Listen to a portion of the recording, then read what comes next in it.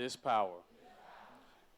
We're going to stamp this sermonic stanza with this thought: all this power. All this power. My brothers and sisters, my name is Jesus, and it was such that the hour was drawing nigh, and I was tired from teaching all day long, and so I told my disciples that it was time for us to make our way across the Lake of Galilee. And as we set out on our voyage with other boats behind us, and as the ship began to move, I made my way down to the hinder parts of the ship, down to the bottom of the ship. And when I made my way down, I found myself a pillow. And as I lay my head down to rest from a full day of teaching, I put in my headphones. Yeah, you see, Jesus likes music. I put in my headphones and I listened to some of my favorite songs as we began to travel. My brothers and sisters, if you don't mind, I know that you may have some preconceived notions about me this morning, but I'd like to tell you a little bit of what I listen to when I'm traveling. Is that okay with you all? You see, sometimes when I'm down in the dumps, Richard Smallwood reminds me who is the source of my strength. You see, sometimes Milton Brunson comforts me, telling me that I'm safe in God's arms. You see, sometimes Clay Evans gives me confirmation that all night and all day angels have been watching over me. Thomas Whitfield reminds me, in spite of what I'm going through, I have to learn how to say hallelujah anyhow. You see, Donnie McClurkin tells me that sometimes I just have to stand where I am. And you see, Kirk Franklin reminds me just to smile. Yeah, Jesus loves music. My brothers and sisters, when my heart has been broken, I listen to Luther Vandross say, a chair is still a chair. Don't act like y'all don't know Luther. A chair is still a chair, even when there's no one sitting there, but a chair is not a house, and a house is not a home when there's no one there to hold you tight and no one there to kiss goodnight. I listen to Lenny Williams say, girl, you know I love you, and no matter what you do, I hope that you understand me. Every word I say is true. Whitney Houston whispers, if I should stay, I'd only be in your way, so I'll go, but know that I'll be thinking of you every step of the way. Lauryn Hill belts out, this could all be so simple, but you'd rather make it hard. Loving you is like a battle, and we both end up with scars. Tell me who I have to be to gain some reciprocity, because no one loves you more than me, and no one ever will. Yeah, Jesus loves his music. Then Mary J. Blige sings, time on my hands since you've been away, girl. I ain't got no plans, no. But the sound of the rain against my window pane is slowly driving me insane. I'm going down.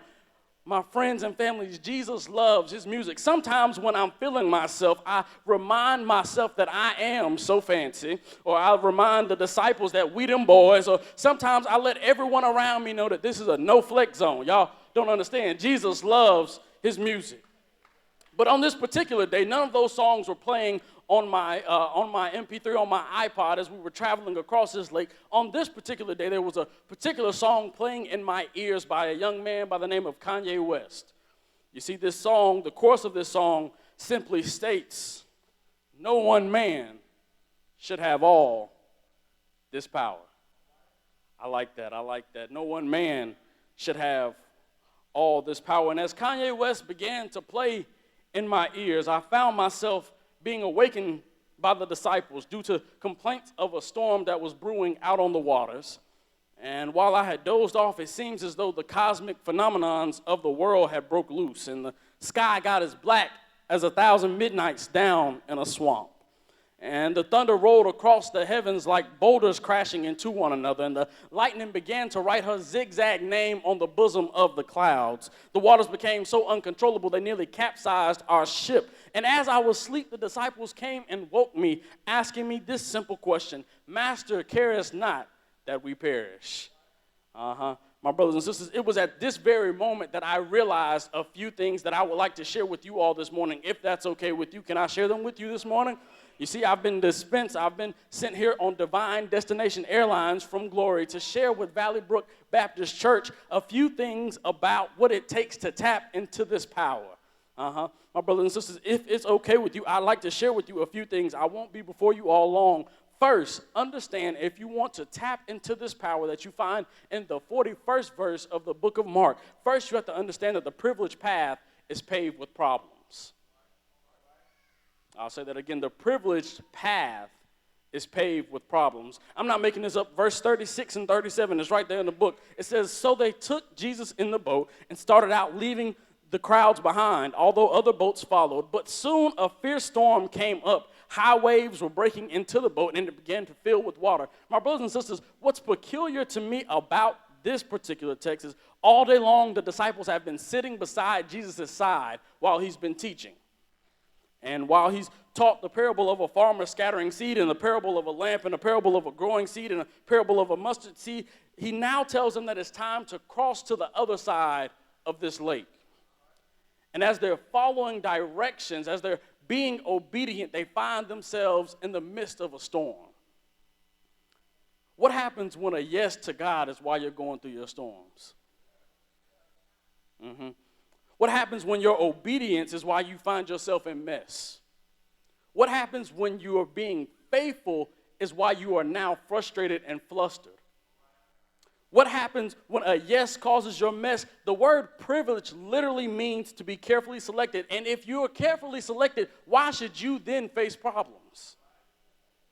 Maybe some of you all won't be real with yourselves, but I've asked myself sometimes, God, I came down to the front of the church. I sat in the chair. I shook the hands of the preachers and the deacons, but it seems now I'm going through more hell than I was before. I can't understand why my yes is causing my mess.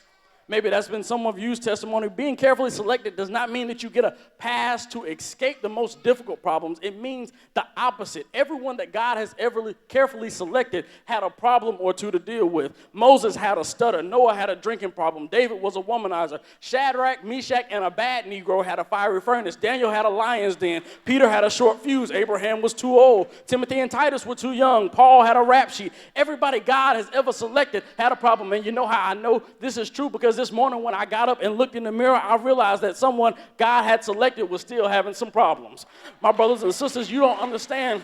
Being selected by God does not give you clearance to escape your problems, but it gives you comfort to endure your problems. I like that. Being selected by God does not give you the pass to escape your problems, but it gives you comfort to endure your problems. Problems with a consciousness of God are much easier than problems without God. And think about some situations that you run into that you shouldn't have got out of, but you realized who was on your side. And it's because if God can be for you, then nothing can be against you. I like what I've heard. I heard a story one time of a preacher who had been on the road all week long, and he came back home to his house, and he got back home to his wife and his daughter. And as he walked in the house, he kissed his wife and said, "Where is my baby?" His wife said, "She's upstairs in the playpen.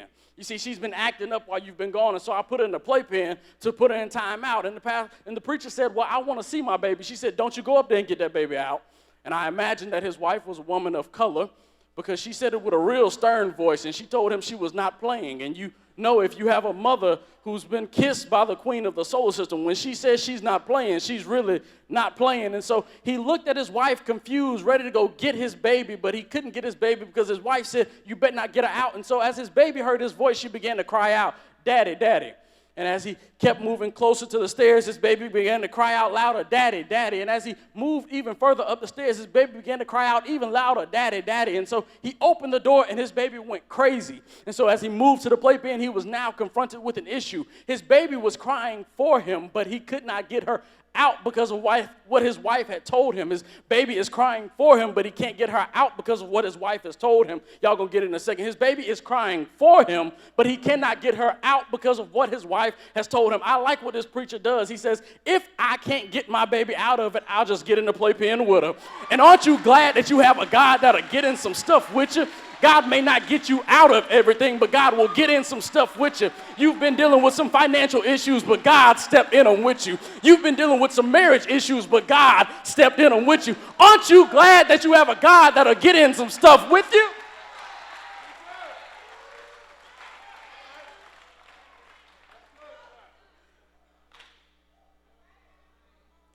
Your problems give God a chance to show how God can work in unfamiliar situations. And when you're on the privileged path, you can stop telling God how big your problems are and start telling your problems how big your God is. You see, you have a God that's omnipresent, meaning God is everywhere at the same time. And so there's nowhere your problems can exist where your God cannot either. You see, my brothers and sisters, if you have a problem, it's just a chance for God to work. Your marriage is falling apart. That's a problem for God to fix. Your child is acting up. That's a problem for God to fix. You've lost your job. That's a problem for God to fix. But what shall separate us from the love of Jesus? Neither death nor life. Problems are just a chance for God to show how God uses God's power.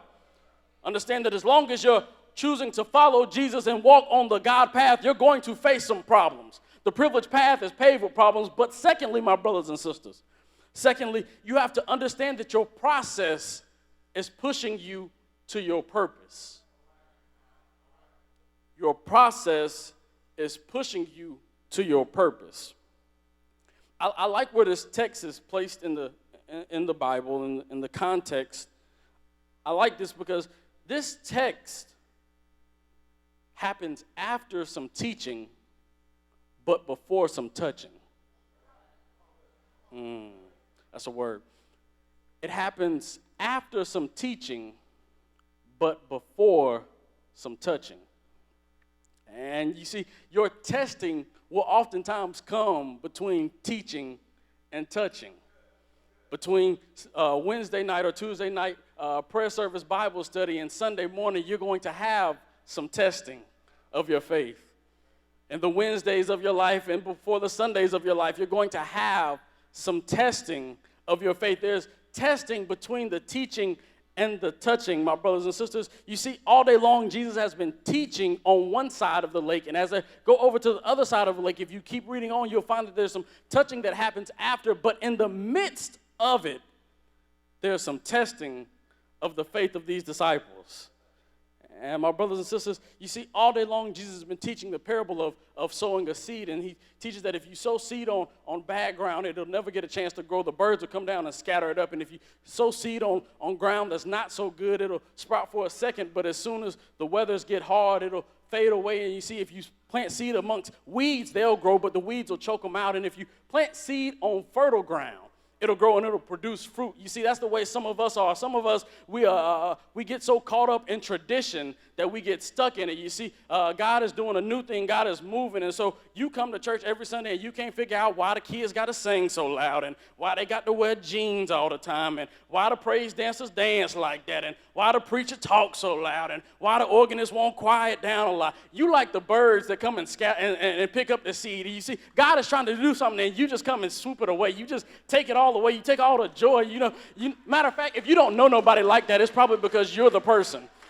You see, some of y'all know folks, every time something good happened to you, they get upset. I got a new job. Well, I got a better one. I got a new car. Well, it's not the newest. I got a new boo. Well, I had one first. Shut up. Nobody cares. Let someone else be happy. Let someone else enjoy their blessings. Let someone else enjoy the glory that God has bestowed upon them. Then some of us are like the seeds that get planted on ground, and when it grows, we get shaken and we start to fade away. You see some folks, I'm not talking about you. I'm talking about at your cousin's church.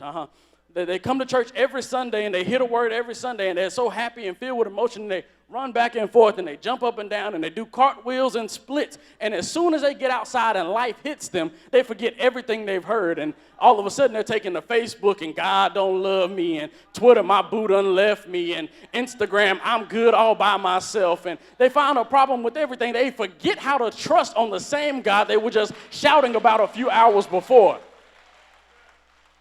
And then you run into some folks that are like weeds that just choke out every bit of you, everything you have in you. They just found a way to kill it. But I like the fertile ground. I like the fertile ground because if you plant stuff on fertile ground, it'll grow and it'll keep reproducing. And even when you pluck it, it'll keep coming back and keep giving you fruit. My brothers and sisters, there's oftentimes testing between the teaching and the touching moments of our lives. But I want you to understand that this process that I'm talking about is necessary for your purpose. If you only had good days, you'd never know how God could work in your dark days. If you only had happy times, you'd never know God could comfort you in your sad ones. If you only had good times, you'd never know how God is by you in the bad ones. That's why I like what the songwriter writes when he says, I thank God for my mountains, and I thank God for my valleys, and I thank God for every storm he's ever brought me through. For if I never had a problem, I never know God could solve them. I never know what faith in his word could do. But now I can say that through it all, I've learned to trust in Jesus, and through it all, I've learned to trust in God. My brothers and sisters, your process is necessary for your purpose. If you do not endure the chapter 4s of your life, then you never make it to chapter 5 where Jesus heals Legion, and you never make it to Jesus touching Jairus' daughter. If you quit now, you don't find out that there's enough medicine in the hem of his garment to heal a woman who's been dealing with an issue of blood for 12 long years. If you stop now, you don't see him feeding 5,000 men and women, not including women and children, with 2 fish and 5 loaves. If you quit in the middle of your process, you never find out what happens on the other side of your process. Your process may not be the prettiest, but it's necessary for your purpose. I'm reminded of a time when I was in school. You see, I grew up in Greenville County. I went to Greenville County Public Schools, and I was a peculiar student. My parents will tell you I didn't always give my best in school. I was a socialite. I was the life of the party. I had my classmates laughing and all that kind of stuff. My parents had to make a few trips to the school. My dad even showed up one day and went to school with me the entire day. And I don't know if any kids have ever dealt with that, but if your parents go to school with you for an entire day, it is the most embarrassing thing in your life. People hitting you, that's your daddy, that's your daddy. I know. I'm just telling a little bit of my story. But my brothers and sisters, somewhere between 6th and 7th grade, when I was in middle school, we learned about rocks. And as I was sitting in science class, my teacher began to talk about diamonds, right? And so I remember my teacher saying that diamonds are found in the muddiest of waters. And I couldn't understand that because every diamond I had ever seen told me that a kiss began with K or that he went to Jared's. And so every diamond I ever saw was polished and pretty, and I couldn't understand how these diamonds came from such muddy waters. But my teacher began to tell us about how diamonds are found in the muddiest of waters, and they clean them off. But even when they clean them off, they're still not as pristine and polished as they are when we get them, as when we put them in our ears and around our necks. And I couldn't understand how the diamonds began to get this way. And so my teacher began to tell us about how diamonds are crafted. You see, diamonds, after they're found in the muddiest of waters and they're cleaned off, they're put under immense pressure. They're put under a lot of pressure, as much pressure as they can hold, as they chisel away at the imperfections of the diamonds. You see, the diamonds are crafted under immense pressure. They're crafted under a lot of pressure, as much pressure as they can take until they're about to break. They're on the point of breaking, but the diamonds are still crafted and they're still chiseled away to make what we have as pure and perfect diamonds. Y'all missed it. The diamonds are crafted under immense pressure until the point where they're almost about to break. But while they're in this process of being uncomfortable in this pressure, they find that they're just being chiseled away. Their imperfections are now leaving. And when we get them, they look pristine and polished. Let me come forward to you. That's some of your testimonies. You've been a diamond. You've come out of the muddiest of waters. You came out of the wrong side of the community. You from the other side of the tracks. But you find yourself now, after you've been put in a pressure-packed situation, your imperfections are now gone, and now you're a pristine and polished diamond. I like that right there. Maybe someone has a diamond testimony this morning. You were a single mother. You gave birth to a child, and everyone talked about you, and you thought times were going to be hard, and they were hard for a while. But now look where you are. You see, you're doing well. You got a good job. You got a good car. You see, you're fancy now. I like that. Some of us have diamond testimonies. Right now, maybe you're in some mucky waters and under some immense pressure, and you're ready to quit. But I came all the way from glory just to tell you, hold on, because it's part of your process. I'd like to give you all a few examples of people who would have never made it if they had quit in the middle of their process. If the slaves had quit, they would have never seen the Emancipation Proclamation or the abolishment of amendments. If Harriet Tubman had quit, there'd be no Underground Railroad. If W.E.B. Du Bois had quit, we'd never know about the souls of black folk.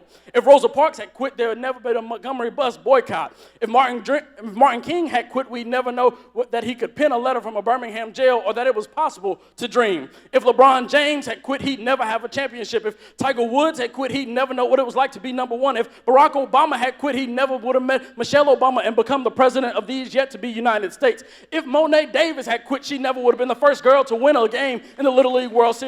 If Pastor A.B. Sherman had quit right now, you would not be sitting in Valley Brook Baptist Church. Why don't you thank God that your process is pushing you closer to your purpose? And if Jesus had quit, you never know that death could not hold you, a grave could not keep you, and heaven awaits you. My brothers and sisters, you cannot quit. You can't quit because on the other side of the lake, there's someone waiting on you, young man, to come up with a cure for cancer. There's someone on the other side of the lake waiting on you, young lady, to stop human trafficking. There's someone on the other side of the lake that needs your touch, your love, your compassion, your understanding, your determination, your drive, your justice, your peace, your heart, and your mind. You cannot quit in the middle of your process. It's in your DNA to succeed. It's in your blood to win. If my favorite pastor, Freddie Haynes, was here, he'd say there's a God above you to help you, working in you to help you overcome some stuff around you. I like that this morning, Pastor. There's a God above you working in you to help you overcome some stuff around me. My brothers and sisters, that's why you cannot quit in the middle of your process. That's why we claim that greater is he that's in you than he that's in the world. And even though your process may not be comfortable right now, I'm reminded of James Cleveland when he said, I don't feel no ways tired. You see, I've come too far from where I started from, and nobody told me that the road would be easy, but I don't believe that he brought me this far just to leave me. My brothers and sisters, your process is pushing you to your purpose. My brothers and sisters, after you understand that the privileged path is paved with problems, and you understand that your process is pushing you to your purpose. Thirdly and finally, and I'll take my seat, you have to understand that there's power in the promise.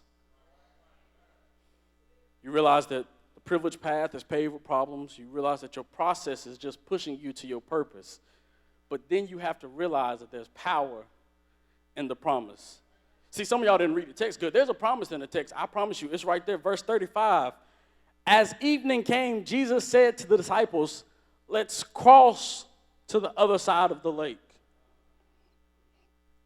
My brothers and sisters, Jesus told the disciples that they would cross the lake, but when the winds got crazy and the water got choppy, the disciples began to get concerned with whether or not they would go under when Jesus already told them they were going over. You see, the disciples, when the storm started to brew on the waters, the disciples began concerned. They started wondering, what if we go under, forgetting that Jesus already told them they were going over? And my brothers and sisters, I like what Jesus does when he goes down to the hinder parts of the ship. You see, Jesus is a carpenter who can sleep in the midst of a storm, while the fishermen who navigate the waters every day get nervous. My brothers and sisters, I like what Jesus does when he goes down to the hinder parts of the ship. The text says that he grabs a pillow. And my brothers and sisters, I'd like to submit to you today that a pillow is the ultimate sign of faith. You see, a pillow simply says that, God, I've done all I can do, and now I'm trusting you to do the rest. A pillow simply says that, God, I've worked my best, and now I'm giving you whatever the problem is, trusting that you will fix it. I like what Jesus does when he goes down to the hinder parts of the ship. He grabs himself a pillow, a good pillow, a pillow signifying that he cannot do anymore. He's done all he can do for a day, and now he's trusting God. You see, there's enough divinity in his humanity to say that, God, I'm going to put my head on a pillow. And putting your head on a pillow, as I told you, is an ultimate sign of faith. My brothers and sisters, maybe you've been dealing with some stuff in your life. Maybe you can't figure out how it's going to work out, how it's all going to come together. I submit to you, when you get home on this afternoon, find yourself a pillow. Find yourself a good pillow. Don't find no flimsy pillow. Find yourself a firm pillow and fluff that pillow up real nice and proper. And when you find that pillow, put that pillow on your bed and get your good sheets on that bed, because now you're expecting God's going to do something. So when you put your head on that pillow, maybe you've been dealing with some sickness.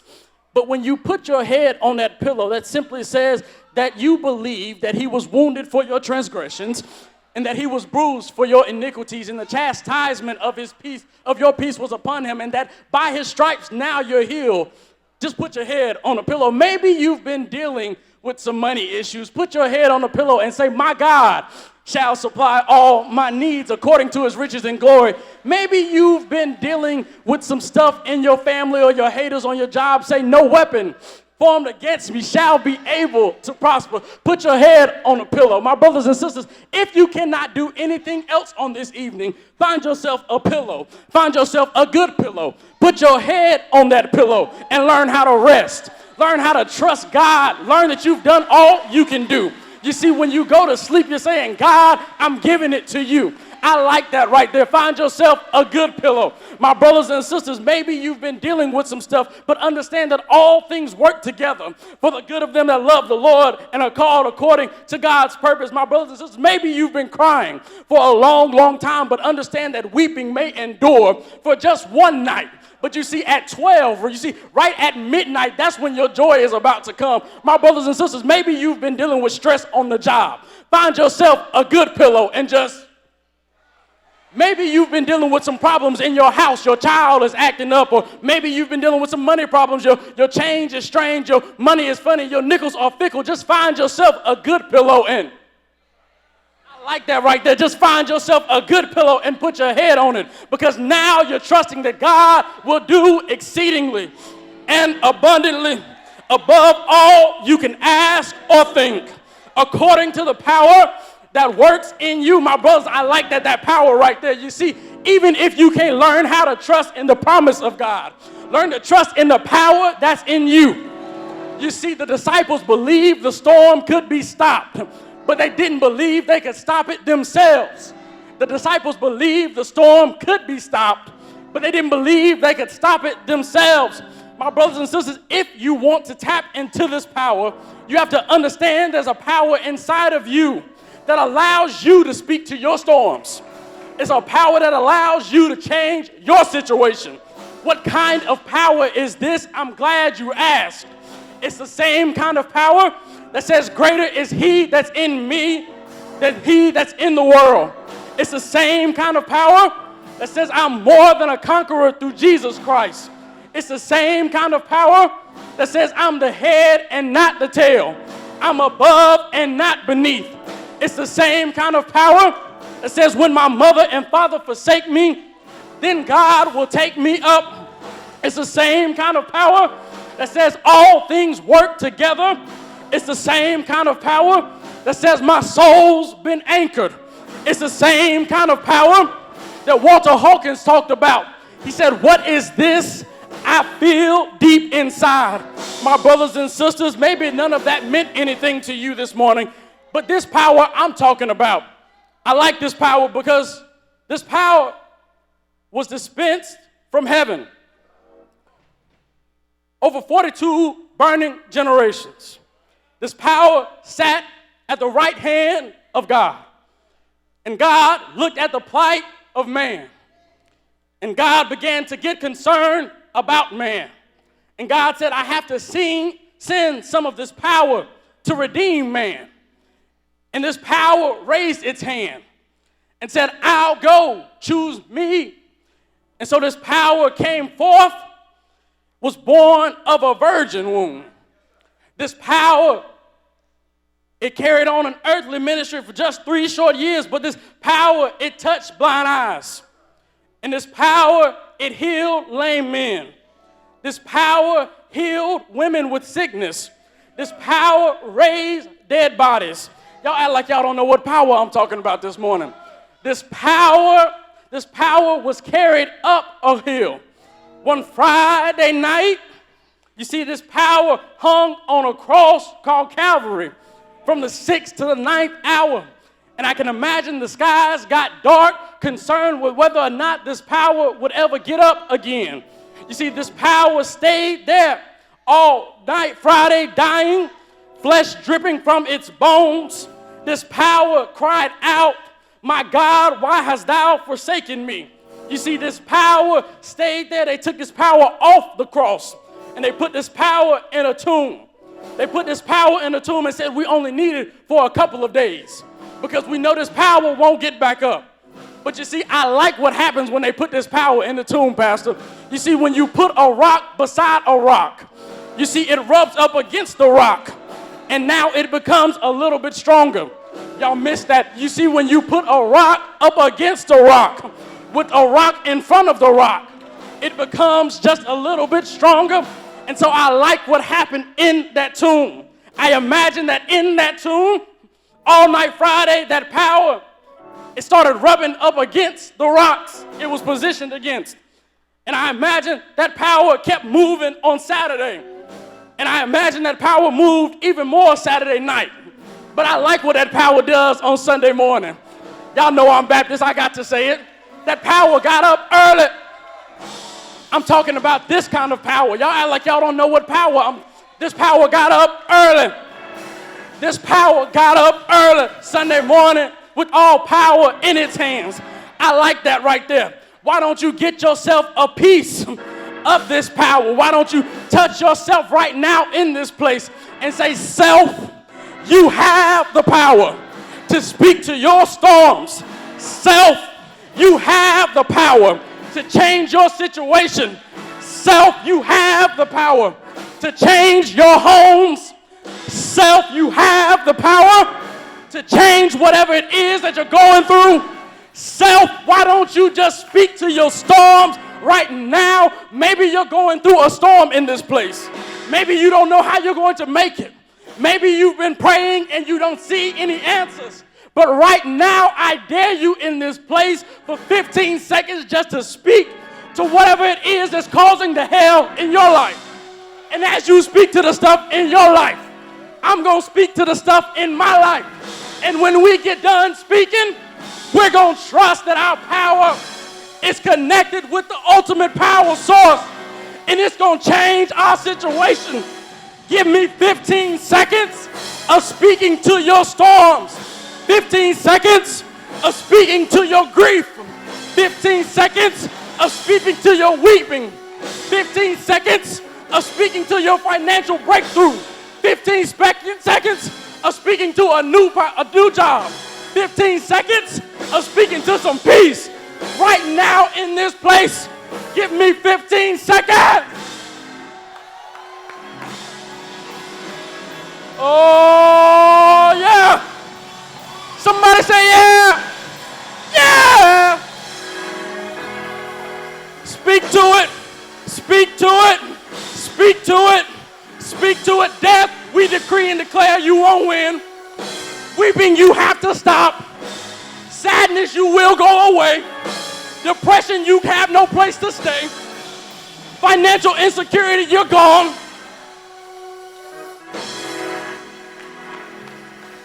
Speak to it. Speak to it. Speak to it.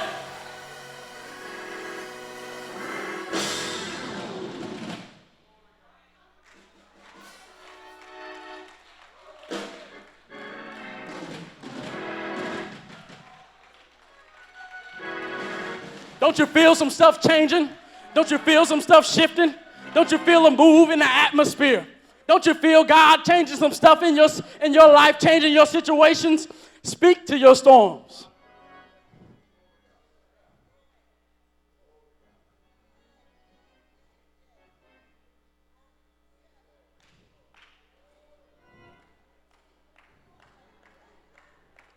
God, right now, I'm going to speak to my storms. If don't nobody else say nothing to their storms, I'm going to speak to my storms. God, right now, you'll make sure that my flesh is no longer weak.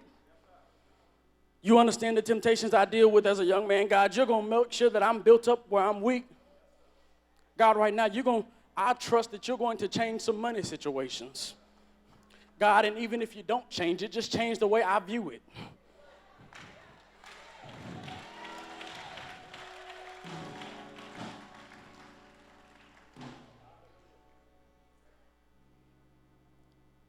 Speak to your storms. Speak to your storms. Right now, don't wait till you get home. You may not make it. Speak to your storms. Speak to your storms right now.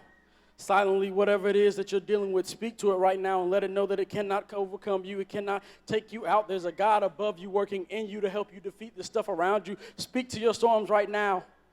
Speak to your storms right now. I'm not playing right now. I'm not playing with the Spirit of God I feel on me right now. I'm serious about it. Speak to your storms. I'm trusting in God right now. The Spirit I feel on me, I'm trusting that if you speak right now, that you'll see when you get home, some stuff is already changing.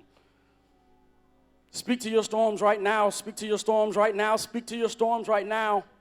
You have the power and the authority to change your situation. The Bible says now, according to him who can do exceedingly and abundantly above all you can ask or think, according to the power that works in you. There's power inside of you. There's power inside of you, young lady. There's power inside of you. You don't have to let young men treat you any kind of way. There's power inside of you. Young lady, there's power inside of you to say, I'm more than a bucket of chicken. I'm more than breast and thighs. I have a mind. I have a heart. I have a soul. If you don't come correct, you don't come at all. Young men, there's power inside of you. As you go back to school, there's power inside of you not to be the class clown, not to be just another statistic. There's power inside of you. There's power inside of you.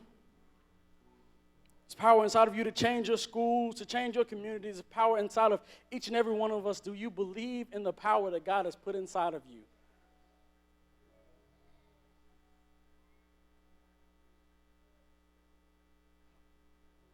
God, we thank you for this power. God, we thank you that you trusted in us enough to give us a portion of your power. That whatever we're going through, God, you can change it. God, we can speak to it through you. We can speak to our powers. We can speak to our issues. And we can expect that they'll be changed. That they'll be turned around. They're going to work for our good. And God, even if they don't change us. Change the way we view our problems. God, even change the way we view our power. God, teach us not to doubt ourselves. Teach us how to love ourselves. Teach us how to care for ourselves. God, every morning we wake up, we want to look in the mirror and say, man, that is a piece of the master. So I must be a masterpiece. God, help us to really believe that we are pieces of you. We are a piece of the master. Help us to understand that we've been created and crafted in your image and in your likeness. Help us to understand that we've been fearfully and wonderfully made. God, we don't have to fear. You have not given us a spirit of fear, God, but you have given us a spirit of love, of power. So, God, right now in this place, we're not looking just to jump up and shout. God, we need some change. We need some real change, God. We need some change in our churches. We need some change in our leaders. We need some change in our politicians. We need some change in our police. We need some change in our communities. We need some change in our homes. So, God, right now we give you whatever it is. Right now we're leaving it at the altar. We're leaving it at the altar of our lives, God, trusting that you will pick it up and you will change it for us. God, right now, change. I hear you speaking a word of change. You're speaking change, God. You want to change our minds. You want to change the way we live, God. Speak now, change. I hear you, God. You're saying change. You're speaking to a single mother in this place, God. Right now, she needs change. You're speaking to a young man who's been dealing with some stuff, God. You want change. God, right now, we're giving it to you so that you can change it. God, we're trusting that you will change it. God, we believe that you can change it. God, right now, I hear you. You're speaking change. You're speaking to some people who've been dealing with stuff all week long, but you right now want them to understand that you have the power to change whatever it is that they're going through. God, right now, change. Change. I hear you, God. You're saying change. You're saying, I want to change the way you live. I want to change the way you walk. I want to change the way you talk. I want you to be better. I want you to live and operate inside of me. I want you to operate with a consciousness and an awareness of me. God, I hear you. We're changing right now. We're changing in this place, God. We're changing. We're changing, God. We're changing. God, we're trusting that you'll do it. We know that you can do it. And even if you don't do it, we still thank you for your ability to change. Everyone standing. Everyone standing.